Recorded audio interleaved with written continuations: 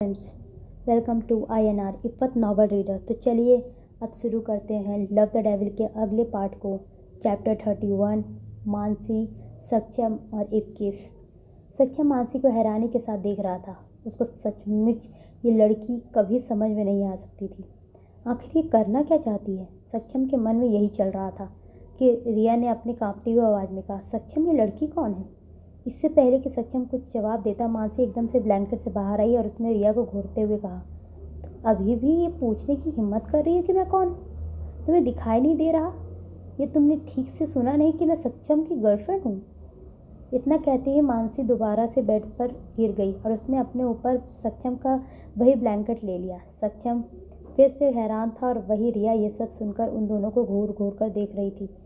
कभी वो मानसी को देखती तो कभी सक्षम को देखती। सक्षम ने एक नज़र रिया को देखा और कहा, तुम्हें पता लग रहा गया होगा कि ये लड़की कौन है, तो अब तुम जा सकती हो। रिया को समझ में नहीं आ रहा था कि वो क्या करे, लेकिन इस वक्त उसका इस रूम में जाना ही ठीक हो रहता। वो ज़्यादा तमाशा नहीं करना चाहती थी, इसलिए वो जल्दी से रूम से बाहर निकल गई। रिया के जाते सक्षम उठा और अपनी डोर को लॉक कर दिया। उसके बाद वो अपने बेड के ऊपर बैठते हुए बोला, वो जा चुकी है, बाहर आओ। सक्षम की बात सुनने के बाद मानसी एकदम से कंबल से बाहर आ गई और बैठते हुए बोली, वो सचमुच चली गई? इसका मतलब मैंने उसे भगा दिया? अरे वाह, मैं काफ़ी इंटेलिजेंट हूँ। ये कहते हुए वो काफ़ी खुश हो रही थी। सक्षम उसको घूर घूर कर देख रहा था। उसने उसे घूरते हुए कहा, तो क्या अब तुम मुझे एक्सप्लेन करोगी कि ये सब क्या चल रहा है?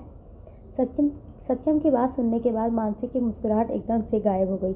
उसने थोड़ा अपना गला ठीक करते हुए कहा, तुम भूल गए क्या हम गर्लफ्रेंड बॉयफ्रेंड हैं? बेशक झूठ के लिए ही, लेकिन है तो।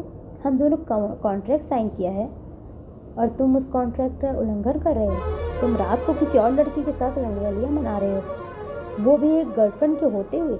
तुम्हें जरा भी शर्म नहीं आती?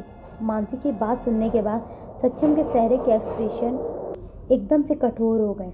उसने एक एक शब्द पर जोर देते हुए कहा, रंगरलियां मना रहा हूँ? ये रंगरलियां होता क्या है?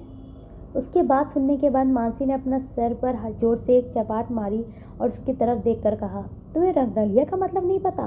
तुम्हें तो एक गिलास लेकर उसमें चुल्लू भर पानी डालकर डूब जाना चाहिए। डूबने की ज़रूरत भी नहीं पड़ेगी अगर तुम मुझे बता दो कि रंगरलिया क्या होता है। सक्षम ने कहा तो मानसी ने उसे घूर कर देखा। एक आदमी के पास उसके हर बात का एकदम सटीक जवाब क्यों होता है? उसके बाद मानसी ने उसे समझाते हुए कहा, रंगरलिया का मतलब होता है इंजॉयमेंट, जो तुम इस लड़की के साथ करने वाले थे। जैसे ही मानसी के शब्द खत्म हुए, सक्षम का चेहरा काला पड़ गया।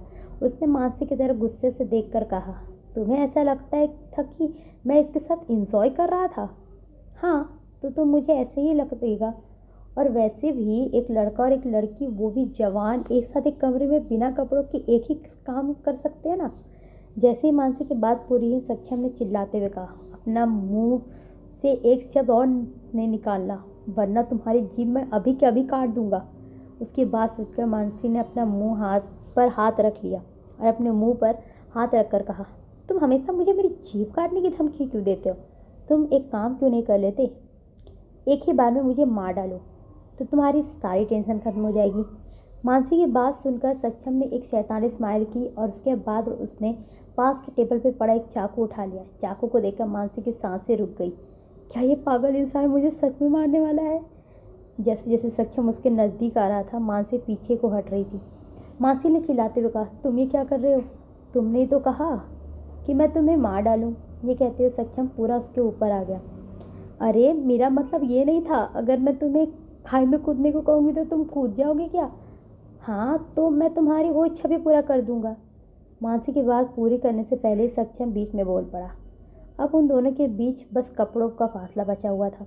मानसी ने वो चाकू लेकर मानसी के होठों पर रख दिया। मानसी ने अचानक से डर के कारण अपनी आंखें बंद कर ली। उसको ऐसे देखकर सक्षम के चेहरे पर एक स्माइल आ गई और वो नीचे झुककर उसने मानसी के होठों पर रखे चाकू को किस कर लिया और उसके बाद वो तुरंत मानसी के ऊपर से उठ गया।